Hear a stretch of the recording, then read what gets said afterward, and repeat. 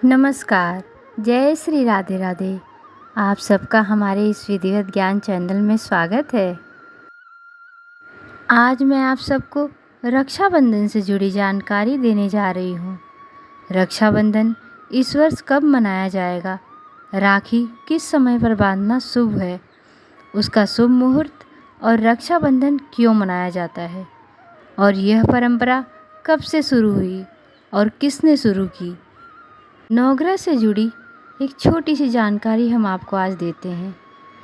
इसी तरह किसी के जीवन में यदि नवग्रह के कारण कोई भी परेशानी हो तो उस व्यक्ति को अपनी बहन, बुआ, बेटियों का सम्मान करना चाहिए। उन्हें समय समय पर उपहार आदि देना चाहिए। ऐसा करते रहने से उनका बुद्धि बहुत ही अच्छा रहता है और व्यापार, बिजनेस, नौकरी में निरंतर उन्नति होती रहती है। इस तरह हिंदू पंचांग के अनुसार श्रावण मास की शुक्ल पक्ष की पूर्णिमा तिथि 11 अगस्त गुरुवार के दिन 10:38 से शुरू होकर अगले दिन 12 अगस्त शुक्रवार को सुबह 7:05 पर समाप्त होगी। चूँकि कोई भी त्यौहार उदया तिथि के हिसाब से मनाया जाता है, इसलिए इस बार रक्षाबंधन का पर्व 11 अगस्त को ही मनाया जाएगा। रक्षाबंधन पर राखी बांधने के कई अबूझ मुहूर्त हैं। इस दिन सुबह 11:37 से 12:29 तक अभिजीत मुहूर्त होगा। फिर दोपहर 2:14 से 3:07 तक विजय मुहूर्त रहेगा। इस दौरान आप कोई भी शुभ मुहूर्त देखकर भाई की कलाई पर राखी बांध सकती हैं। इस साल रक्षाबंधन के त्यौहार पर भद्रा का साया भी रहेगा। 11 अगस्त यानी रक्षाबंधन पर शाम 5:17 से भद्रा पूज शुरू हो जाएगा। भद्रा पूज 5:17 से लेकर 6:18 तक रहेगा। इसके बाद 6:18 से रात 8 बजे तक मुख भद्रा रहेगी।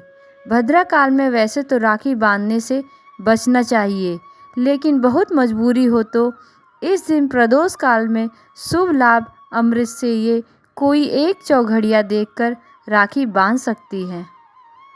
जब आप अपने भाई की कलाई पर राखी या धागा बांधते हैं तो ध्यान रखना चाहिए कि राखी या धागे की गांठ हमेशा 3 होनी चाहिए। 3 गांठों का बहुत ही अहमियत है।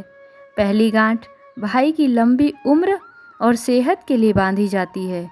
दूसरी गांठ भाई की सुख समृद्धि के लिए बांधी जाती है। इसी तरह तीसरी गांठ रिश्ते को मजबूत करती है। ये 3 गांठें ब्रह्मा, विष्णु और महेश को संबोधित करती हैं। अब हम आपको बताते हैं कि रक्षाबंधन क्यों मनाया जाता है और कब से इस पर्व की शुरुआत हुई। वैसे तो यह कथा बहुत विस्तार में है, परंतु रक्षाबंधन की उत्पत्ति के कारण संक्षिप्त में यह कथा हम आपको बता रहे हैं। स्कंद पुराण के अनुसार राजा बलि विश्व विजेता के लिए जब यज्ञ कर रहे थे, तब देवता लोग नारायण की शरण में गए और उनसे सहायता मांगने लगे। तब भगवान ने वामन अवतार धारण कर राजा बलि के यज्ञ में याचक बनकर पहुँचे और उन्होंने 3 पग पृथ्वी मांगी। बलि ने सहज स्वीकार कर लिया और पृथ्वी दान दी। 2 पग पृथ्वी मापने के बाद तीसरा पग राजा बलि के सिर पर रखा। ज्यों ही वामन भगवान ने चरण रखे, राजा बलि पाताल में चले गए। तब भगवान ने प्रसन्न होकर राजा बलि को वर मांगने के लिए कहा। राजा बलि ने कहा, प्रभु, यदि आप देना ही चाहते हैं तो प्रभु आप मेरे पास रहें। आप यहीं पाताल लोक में ही निवास करें। इसी तरह कुछ समय पश्चात नारद द्वारा लक्ष्मी जी को ज्ञात हुआ कि नारायण पाताल लोक में राजा बलि के यहाँ है। तब माता लक्ष्मी वहाँ पाताल लोक में पहुँची। तब बलि ने माता का स्वागत किया और माता ने बलि को अपना धर्म का भाई बनाकर रक्षा सूत्र बांधा। उस समय तब राजा बलि ने उन्हें उपहार देना चाहा, तब इस पर माता लक्ष्मी ने नारायण को मांगा। तब से यह रक्षा सूत्र बांधने का प्रचलन चला आ रहा है। ये भाई बहन का सबसे अटूट प्रेम का पवित्र बंधन है और यदि किसी के पास बहन न हो तो उसे मुँह बोली बहन बना लेना चाहिए। उससे राखी बंधवाकर उसका आशीर्वाद प्राप्त करना चाहिए। इससे उसके जीवन में कभी तकलीफ नहीं आती। रक्षा सूत्र या राखी बांधते समय यह मंत्र अवश्य बोलना चाहिए। येन बद्धो बलि राजा दानवेंद्रो महाबल तेन त्वां प्रतिबंधनामि रक्षे माँ चल। इससे यही है कि यदि बहन अपने भाई को कलाई पर शुभ मुहूर्त में राखी बांधती है और भाई के उत्तम स्वास्थ्य, दीर्घायु और समृद्धि की कामना करती है तो निश्चिंत ही भाई को उत्तम आशीर्वाद की प्राप्ति होती है। हम यही आशा करते हैं कि आप सभी रक्षाबंधन का त्यौहार अवश्य मनाएं और हर भाई बहन के बीच हमेशा प्यार बना रहे।